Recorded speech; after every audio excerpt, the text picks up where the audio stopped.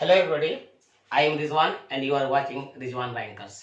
आज के वीडियो में जो टॉपिक्स ऑफ डिस्कशन है वो है void agreement, illegal agreements and unenforceable contracts.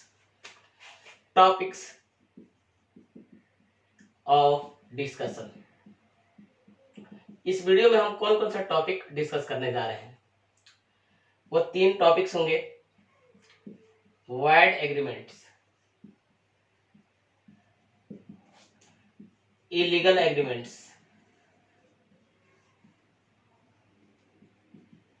and unenforceable contract।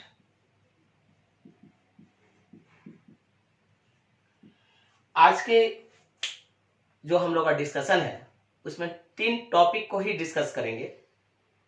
उसमें से पहला टॉपिक है वाइड एग्रीमेंट्स, जो कि आपको सेक्शन 2 क्लॉज जी में मेंशन है। यानी section 2 clause G of Indian contract act 1872 describes wide agreements. Illegal agreements, section 23 of Indian Contract Act and of course unenforceable contracts। तो सबसे पहले हम लोग शुरू करते हैं वाइड एग्रीमेंट से। इससे पहले के वीडियो में मैंने wide contracts, voidable contracts, valid contracts, ये तीनों को डिफाइन कर चुके हैं, एक्सप्लेन कर चुके हैं। आप इससे पहले के वीडियो आप देख सकते हैं। वैलिड कॉन्ट्रैक्ट के बारे में बोला था कि contract enforceable by law, adoption of both parties. एक बात बता दें आपको कि जब हम बात बोलते हैं इन्फोर्सेबल बाय लॉ या इन्फोर्सेबल बाय कोर्ट, इसका मतलब ये होता है कि जो चीजें इन्फोर्सेबल बाय लॉ है या इन्फोर्सेबल बाय कोर्ट है, the court will assist the parties to the contract directly और इनडायरेक्टली। जब हम बोलते हैं कि ये वाइड है यानी नॉट इन्फोर्सेबल बाय लॉ है, इसका मतलब ये होता है the court will not assist the parties to an agreement directly या indirectly।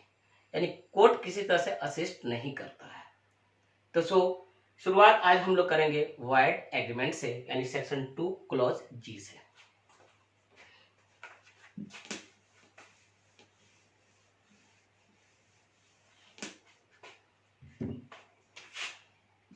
वाइड एग्रीमेंट्स,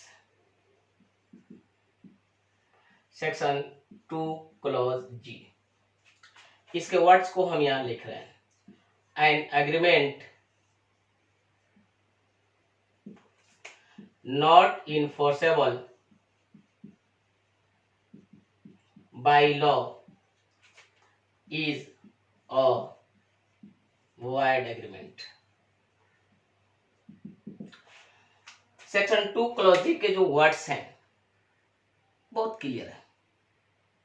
यानी the words of section 2 clause G of Indian contract act 1872 are clear and easy to understand. An agreement not enforceable by law, जो agreement law के द्वारा enforceable नहीं है वो wide agreement है।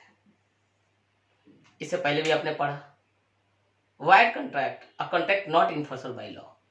मैंने पहले भी बोल चुका हूं कि जब वर्ड वाइड आएगा तो हमारे माइंड में जो चीज पहले आनी चाहिए वो होगा नॉट इन्फोर्सेबल बाय लॉ। जब कोई एग्रीमेंट वाइड है, यानी वाइड एग्रीमेंट के केस में कोर्ट इस एग्रीमेंट के पार्टी को किसी तरह से असिस्ट नहीं करेगा, मदद नहीं करेगा, चाहे डायरेक्टली या इनडायरेक्टली। अगर हम बोलते हैं this agreement is not enforceable by law, what I mean is that the court will not assist any of the parties to the agreement directly or indirectly। So an agreement not enforceable by law is a void agreement। Section 2 clause जी कहता है। सवाल उठता है तो फिर wide agreement और wide contract में क्या डिफरेंस हो सकते हैं? उसके पहले एक और क्वेश्चन अराइज होता है, कोई एग्रीमेंट वाइड क्यों होते हैं? तो for an agreement to become void there are several reasons. उसमें से एक रीजन ये भी हो सकते हैं कि उनका ऑब्जेक्ट या कंसिडरेशन इलीगल हो यानी अनलॉफुल हो। जैसा कि या फिर ये भी हो सकता है कि पार्टीज इनकॉम्पिटेंट टू कॉन्ट्रैक्ट हो, या ये भी हो सकता है कि उसका मीनिंग अनसर्टेन हो, या उसका परफॉर्मेंस इम्पॉसिबल हो, या उसका परफॉर्म करने से सोसाइटी पर बैड इफेक्ट पड़ता हो। तो there are several reasons for an agreement to become void. हाँ, एक इंपॉर्टेंट पॉइंट इसके बारे में यह है, an agreement can be void since its formation और सब्सिक्वेंट टू इट्स फॉर्मेशन। यानी एक एग्रीमेंट वाइड हो सकता है बनने के समय से ही या बनने के बाद। मतलब an agreement can be void ab initio यानी सिंस इट्स फॉर्मेशन और सब्सिक्वेंट इट्स फॉर्मेशन यानी बनने के बाद। For example, an agreement with a minor is void ab initio, मतलब it is void since its formation, जिस समय बनता है उसी समय से वाइड है, and it is not enforceable by law. यानी the parties to such an agreement can't expect any assistance from the court of law with regard to the performance of this agreement, because such an agreement is void in the eyes of law. So an agreement not enforceable by law is a void agreement. हम जब भी बात कहेंगे कि agreement void है, मतलब ये हो गया कि ये enforceable by law नहीं है। An agreement can be void ab initio,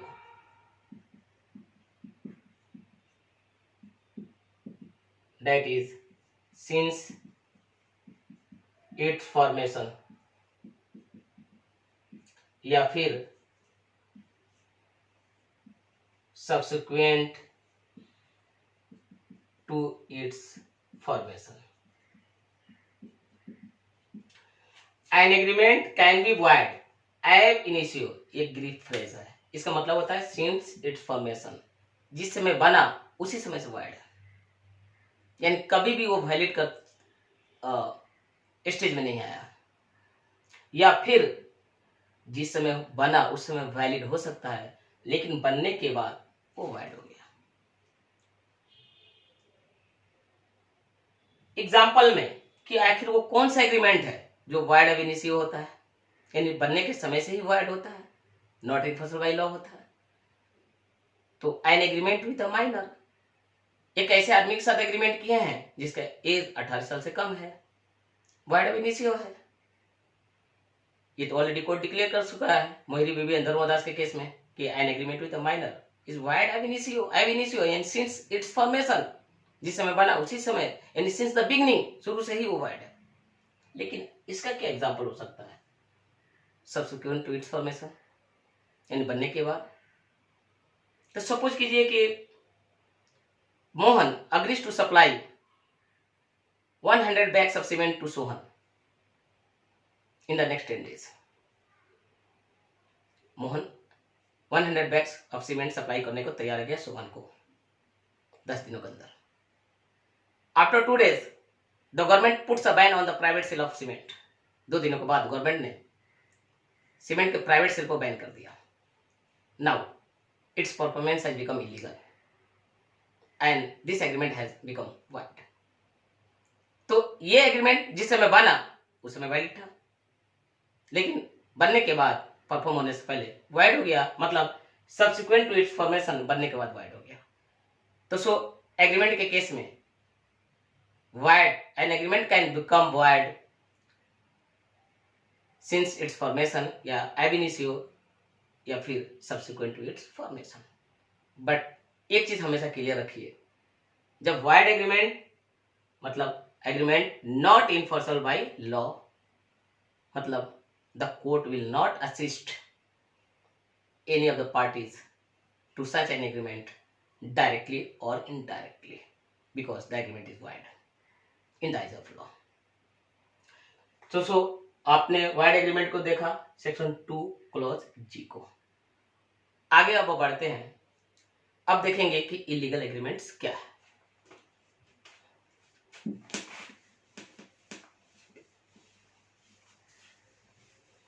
illegal agreements,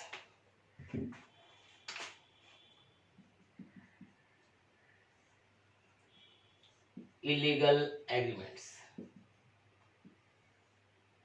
section 23 of Indian Contract Act 1872 deals with illegal agreements। देखिए, वाइड एग्रीमेंट और इलीगल एग्रीमेंट दो अलग कंसेप्ट हैं। पहले आपसे इससे जस्ट पहले मैंने वाइड एग्रीमेंट को डिस्कस किया। राइट नाउ अब हम डिस्कस करने जा रहे हैं इलीगल एग्रीमेंट्स को, जो कि बात होगा सेक्शन 23 का। Section 23 of Indian contract act 1872 describe the circumstances where an agreement becomes illegal. यानी वो कौन सी परिस्थितियां हैं जहां पे एक एग्रीमेंट इलीगल इन नेचर बन जाता है। आइए देखते हैं। Under section 23, an agreement becomes illegal in the following circumstances। Section 23 कहता है कि एन एग्रीमेंट इलीगल का बन जाएगा नीचे दिए हुए परिस्थितियों में। वो कौन सा परिस्थितियां हैं?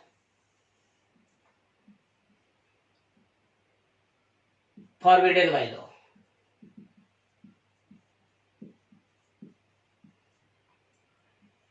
Immoral, fraudulent, injurious to a person or his property।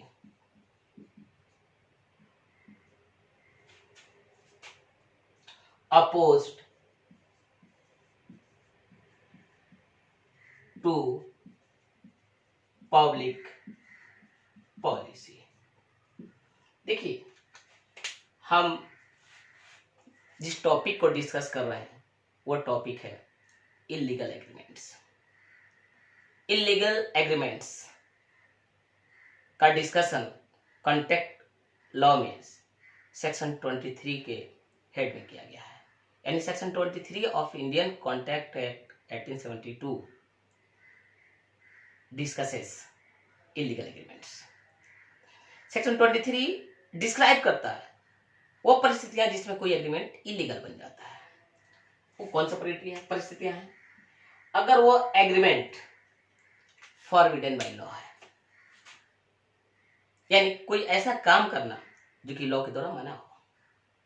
जैसे A agrees with B to kidnap C for ₹1,00,000। अगर ए बी से एग्रीमेंट करता है कि तुम ₹1,00,000 दो, हम सी को किडनैप करेंगे। Kidnapping is something forbidden by law, hence this agreement is illegal. यानी the agreement between A and B is illegal because this agreement involves something forbidden by law. Kidnapping, immoral, an agreement to do something immoral is also illegal। Immoral क्या है?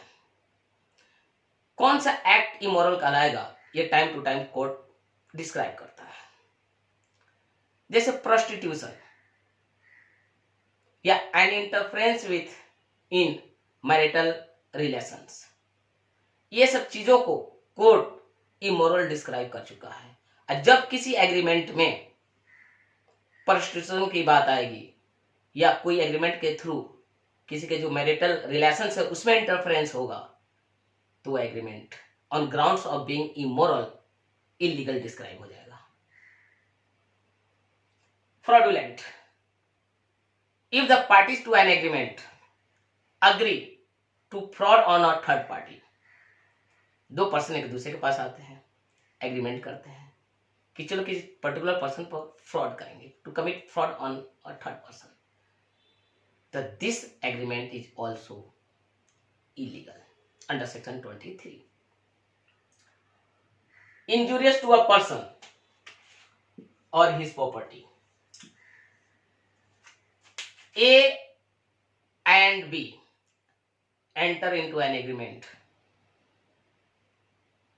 to damage C or his property, यानी A और B के बीच में agreement होता है जिसके तहत या तो C को पर्सनली डैमेज किया जाएगा, इंजर किया जाएगा, या उसको प्रॉपर्टी को डैमेज किया जाएंगे। तो जब किसी एग्रीमेंट में किसी इंडिविजुअल की इंजरी की बात हो या उसके प्रॉपर्टी को डैमेज करने की बात हो तो वह एग्रीमेंट भी इलीगल है under section 23। Oppose to public policy, an agreement oppose to public policy is illegal under section 23। क्या है अपोज टू पब्लिक पॉलिसी? मतलब जब किसी कॉन्ट्रैक्ट का एग्रीमेंट का परफॉर्मेंस से ऐसा लगे कि उसको परफॉर्म करने से सोसाइटी पर बैड इफेक्ट पड़ेगा तो उसको अपोज टू पब्लिक पॉलिसी माना जाता है। जैसे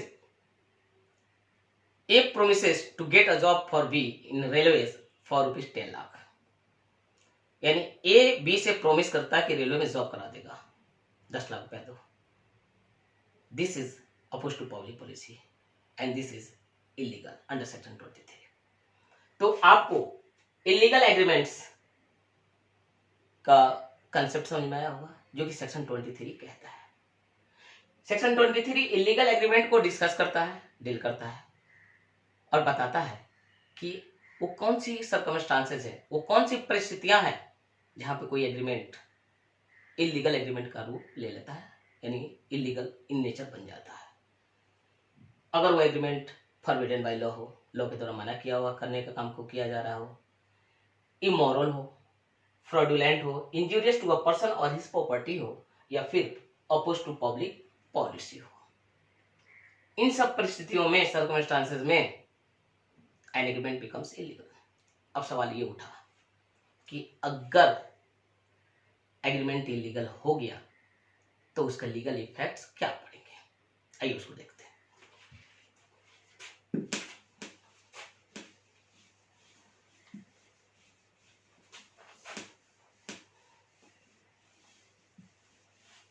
नाउ अगर कोई एग्रीमेंट अंडर सेक्शन 23 इलीगल है तो लीगल प्रभाव, लीगल इफेक्ट्स क्या होंगे?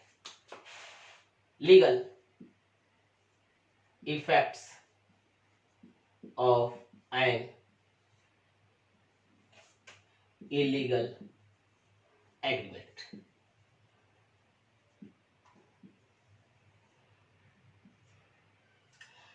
पहले बात तो समझ लें कि illegal agreement is wide, illegal agreement is punishable, और एनी प्रॉपर्टी और money transferred under an illegal agreement can't be taken back. साथ साथ इलीगल एग्रीमेंट का जो कोलैटरल ट्रांजैक्शंस है, यानी कोलैटरल एग्रीमेंट्स है, जो कि कोलैटरल या इंसिडेंटल कुछ भी हो सकते हैं, वो भी इलीगल है यानी वाइड है। तो पहला, N illegal agreement is void and punishable। Illegal agreement void भी है यानी नॉट इन्फोर्सेबल बाय लॉ भी है। साथ साथ the parties to an illegal agreement are liable to legal punishment, उनको लीगल पनिशमेंट भी होता है, यानी वो void भी है और पनिशेबल भी है इलीगल एग्रीमेंट। नंबर 2,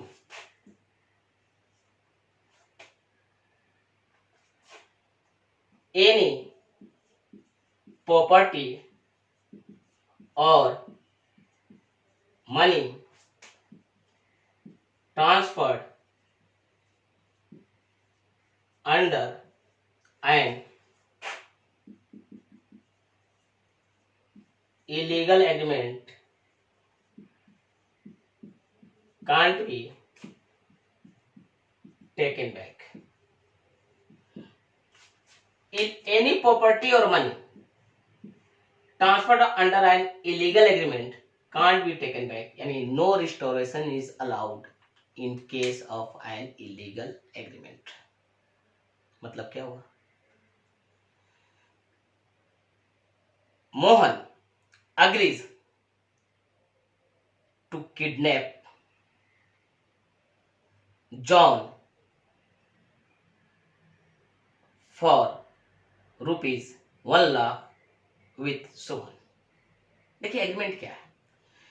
एग्रीमेंट है मोहन और सोहन के बीच में, जिसमें मोहन तैयार हो जाता है 1 लाख रुपए के बदले में वो जॉन को किडनैप करने के लिए. यानी सोहन मोहन को कहता है कि जॉन को किडनैप करो, हम तुमको 1 लाख रुपया देते हैं, और मोहन एग्री हो गया. तो definitely there is an agreement between Mohan and Sohan. This agreement is illegal. यानी the agreement between Mohan and Sohan is illegal because it involves committing something forbidden by law. Now, Sohan Mohan को 50,000 रुपए एडवांस दे देता है. यानी एग्रीमेंट के अंदर में 50,000 रुपए उसको एडवांस दे दिया, पैसा ट्रांसफर हो गया. और किसी कारणवश मोहन अपना प्रोमिस को फुलफिल नहीं कर पाया, यानी जॉन को किडनैप नहीं कर पाया as promised to सोहन. अब सोहन चाहता कि उसका पैसा वापस मिल जाए. It is not possible legally, क्योंकि इलीगल एग्रीमेंट के अंदर में जब किसी प्रॉपर्टी या पैसा का ट्रांसफर हो चुका रहता है उसको क्लेम नहीं किया जा सकता, क्लेम बैक. यानी no restoration is allowed under an illegal agreement. यानी सोहन अपना पैसा को वापस पाने के लिए एंटाइटल्ड नहीं है, वो लीगली क्लेम नहीं कर सकता है, कोई लीगल रेमेडी उसके पास अवेलेबल नहीं है. This is what any property or money transferred and under illegal agreement can't be taken back. And third, सब बहुत इंपॉर्टेंट है, जो ट्रांजैक्शन या एग्रीमेंट्स incidental या collateral to an illegal agreement are also illegal and hence void.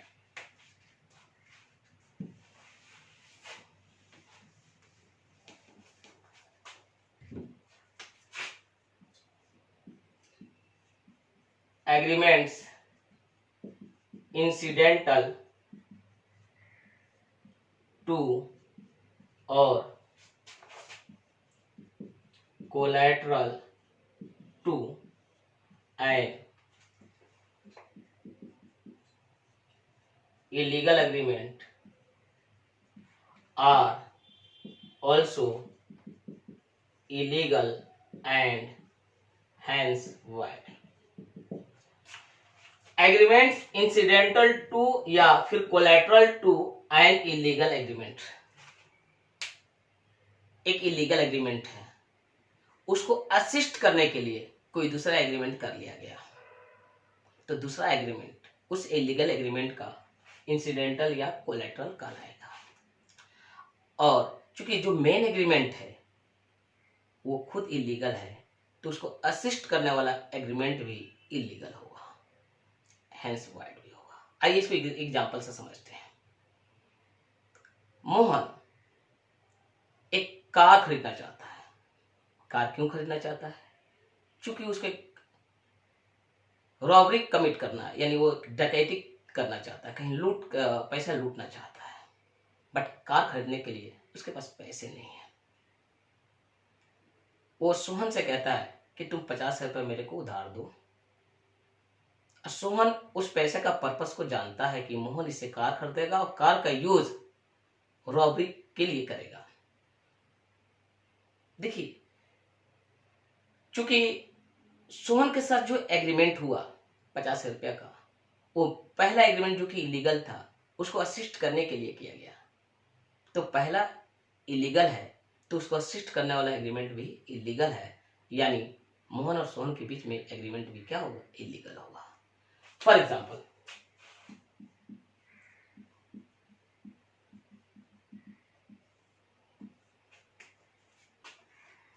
Mohan agrees with Sohan to kill John for ₹1,00,000। Mohan agree हो गया सोहन के साथ, किसको मर्डर करेगा, जॉन को। कितने में करेगा, ₹1,00,000 में। अब बताइए, क्या मोहन और सोहन के बीच में जो एग्रीमेंट है वो इलीगल है या नहीं है? है। नाउ अब मोहन सोहन से कहता है कि भाई तुम मेरे को एडवांस दो, ₹1,00,000 पहले दो, before committing the murder. Sohan के पास पैसे है नहीं। सोहन करीम के पास जाता है और उसे ₹1,00,000 लेता है, लेकिन करीम को इस पैसे की पर्पस मालूम है, क्यों पैसा सोहन क्यों मांग रहा है, क्यों ले रहा है। सोहन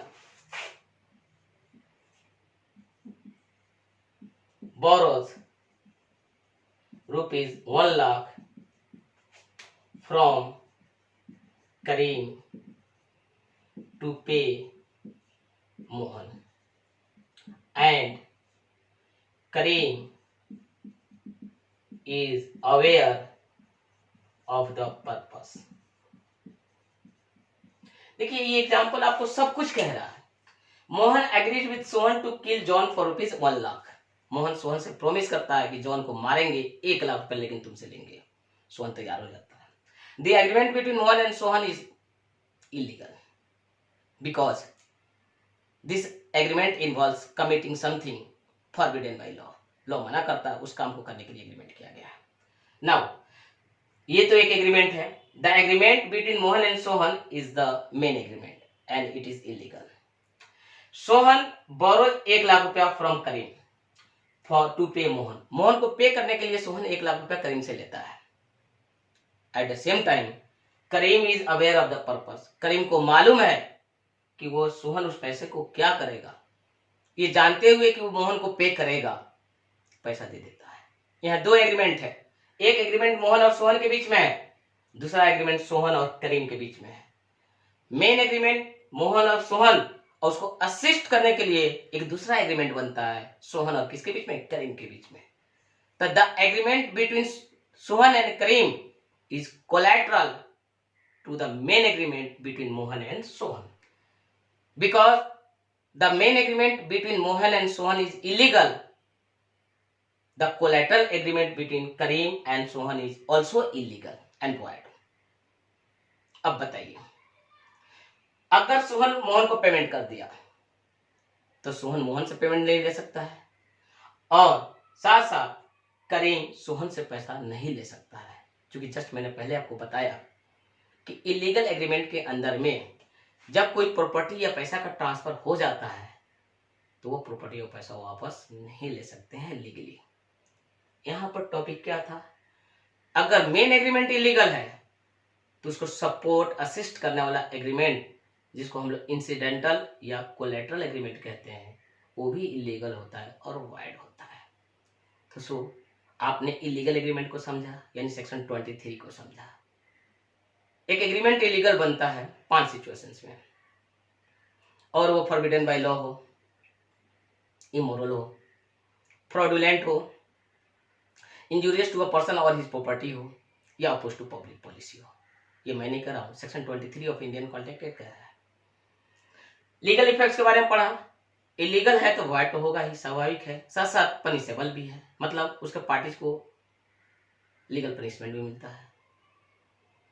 और वाइड इलीगल एग्रीमेंट्स के अंडर में कोई भी प्रॉपर्टी और पैसा का ट्रांसफर हुआ रहता है वो वापस नहीं होगा, यानी no restoration is possible in case of any legal agreement.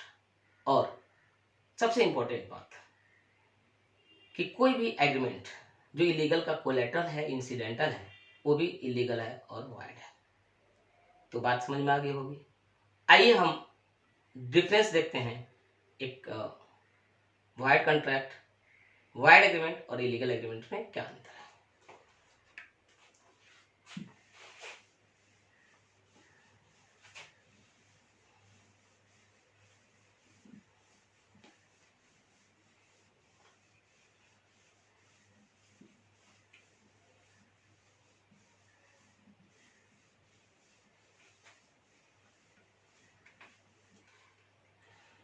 इससे पहले आइए पहले हम देख लेते हैं कि अनइनफोर्सेबल कॉन्ट्रैक्ट किसको कहते हैं। अनइनफोर्सेबल कॉन्ट्रैक्ट, आप तो जानते हैं अन का मतलब होता है नॉट, अन मतलब नॉट। तो जो कॉन्ट्रैक्ट इनफोर्सेबल लॉ के द्वारा नहीं है वो अनइनफोर्सेबल कॉन्ट्रैक्ट है। लेकिन यही केस तो वाइट के साथ भी हो रहा था। तो बेसिकली वाइट कॉन्ट्रैक्ट और अनइनफोर्सेबल कॉन्ट्रैक्ट में क्या डिफरेंस है, इस चीज को जानने के लिए सबसे पहले हम लोग कंसेप्ट ऑफ अनइनफोर्सेबल कॉन्ट्रैक्ट को समझ लें।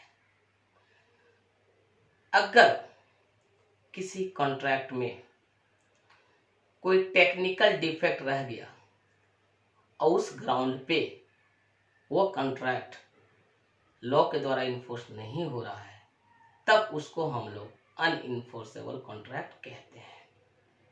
याद रखिए टेक्निकल डिफेक्ट। अब टेक्निकल डिफेक्ट क्या हो सकता है, जैसे कुछ contracts are required to be in writing, कुछ contracts are required to be registered, कुछ contracts are required to be stamped.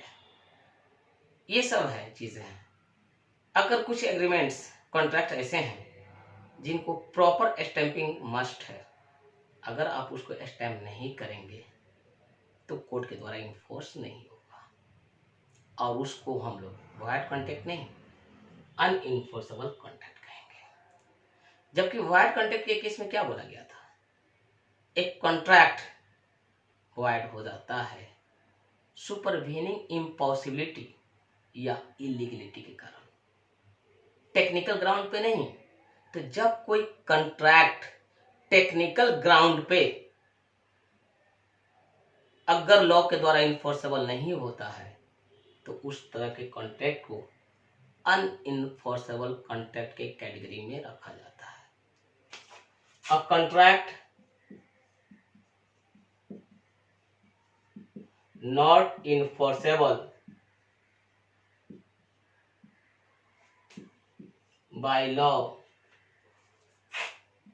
due to a technical defect is called an unenforceable contract.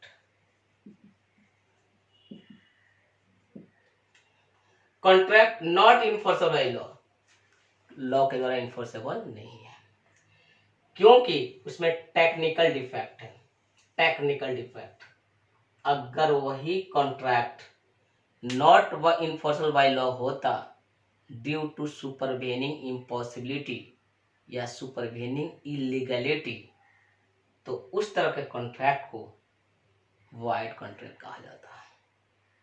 यहां पर क्या है, टेक्निकल डिफेक्ट, यानी technically कुछ उसमें कमी रह गया।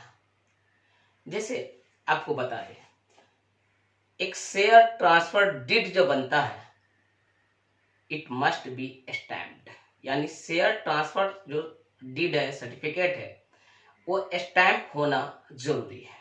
और share transfer deed is required by law to be stamped properly. समझ में आई बात, कि जब शेयर को ट्रांसफर करने के लिए डीड बनाए जाते हैं तो उसको प्रॉपरली स्टैम्प करना जरूरी है कानून के द्वारा। अगर आपने शेयर ट्रांसफर डीड बना लिया और उसको स्टैम्प नहीं हुआ, प्रॉपर स्टैंपिंग नहीं हुआ, तो वो डीड कोर्ट के द्वारा इन्फोर्सेबल नहीं होगा और वो अनइन्फोर्सेबल कॉन्ट्रैक्ट के कैटेगरी में आ जाएगा, क्योंकि इसमें एक टेक्निकल डिफेक्ट हो गया।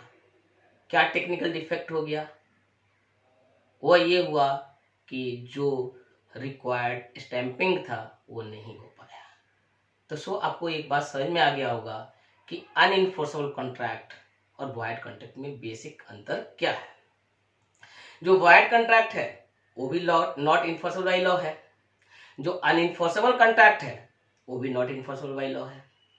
लेकिन एक कॉन्ट्रैक्ट वाइड बनता है ड्यू टू सुपरवेनिंग इम्पॉसिबिलिटी और इलीगलिटी, जबकि एक अनइनफोर्सेबल कॉन्ट्रैक्ट बनता है due to a technical defect. Technical defect क्या हो सकता है?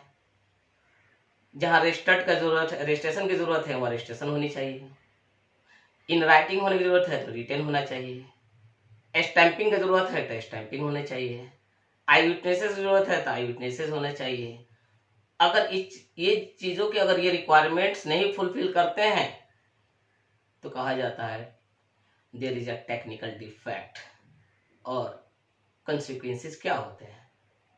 कंसिक्वेंसेस ये होते हैं कि वो कॉन्ट्रैक्ट अनइनफोर्सेबल कॉन्ट्रैक्ट बन जाता है। तो आप अनइनफोर्सेबल कॉन्ट्रैक्ट को समझे होंगे और अच्छा से कंसेप्ट समझ में आया होगा। राइट नाउ अब हम लोग देखते हैं एक वाइड एग्रीमेंट और इलीगल एग्रीमेंट में क्या डिफरेंस है।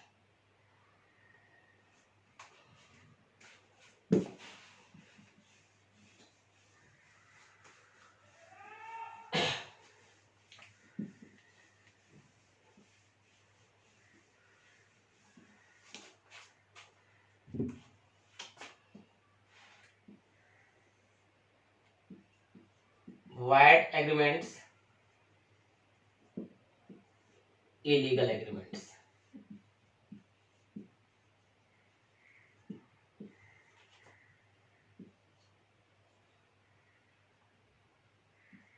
Not enforceable by law.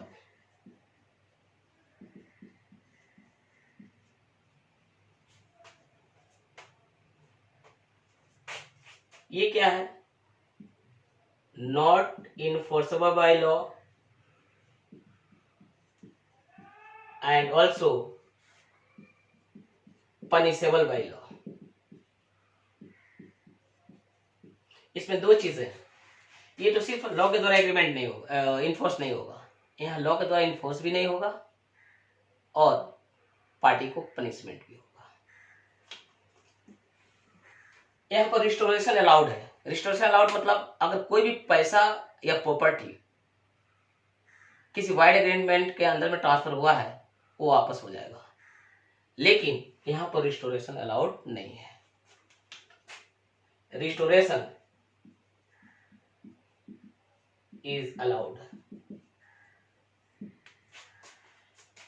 Restoration is not allowed. यानी any money or property transferred under a void agreement can be taken back legally. Any property or money transferred under an illegal agreement can't be taken back.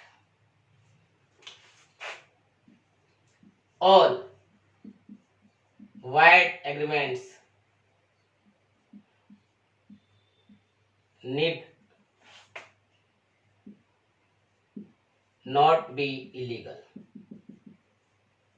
Her void agreement illegal होना जरूरी नहीं है, जबकि all illegal agreements are wide.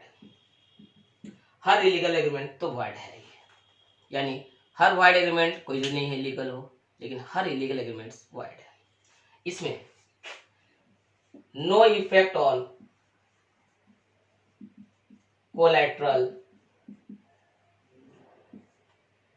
Agreements या transactions. Collateral agreements या transaction पर कोई effect नहीं पड़ता है जब कोई एग्रीमेंट वाइड हो जाता है। तब यहां पर collateral agreements are also void. जो कोलैटरल एग्रीमेंट्स होते हैं इलीगल एग्रीमेंट्स का, वो भी वाइड होते हैं। तो आपको वाइड एग्रीमेंट्स और इलीगल एग्रीमेंट्स में अंतर समझ में आ गया होगा। इससे पहले के वीडियो में मैंने वाइड कॉन्ट्रैक्ट और वाइडेबल कॉन्ट्रैक्ट में भी अंतर बता चुके हैं। तो आज के वीडियो में आपको wide agreement, illegal agreement and साथ साथ अनइनफोर्सेबल कॉन्ट्रैक्ट को समझ में आया होगा कि इन सब का कंसेप्ट क्या है, और इसको हमने काफ़ी बारीकी से समझाने की कोशिश किया। और उम्मीद करते हैं कि ये वीडियो आपके लिए बहुत ही हेल्पफुल प्रूफ होगी। और एक वीडियो आपको अच्छी लगी होगी तो आपसे हम रिक्वेस्ट करते हैं कि आप प्लीज़ मेरे चैनल को सब्सक्राइब करें और शेयर करें और लाइक करें। Thank you.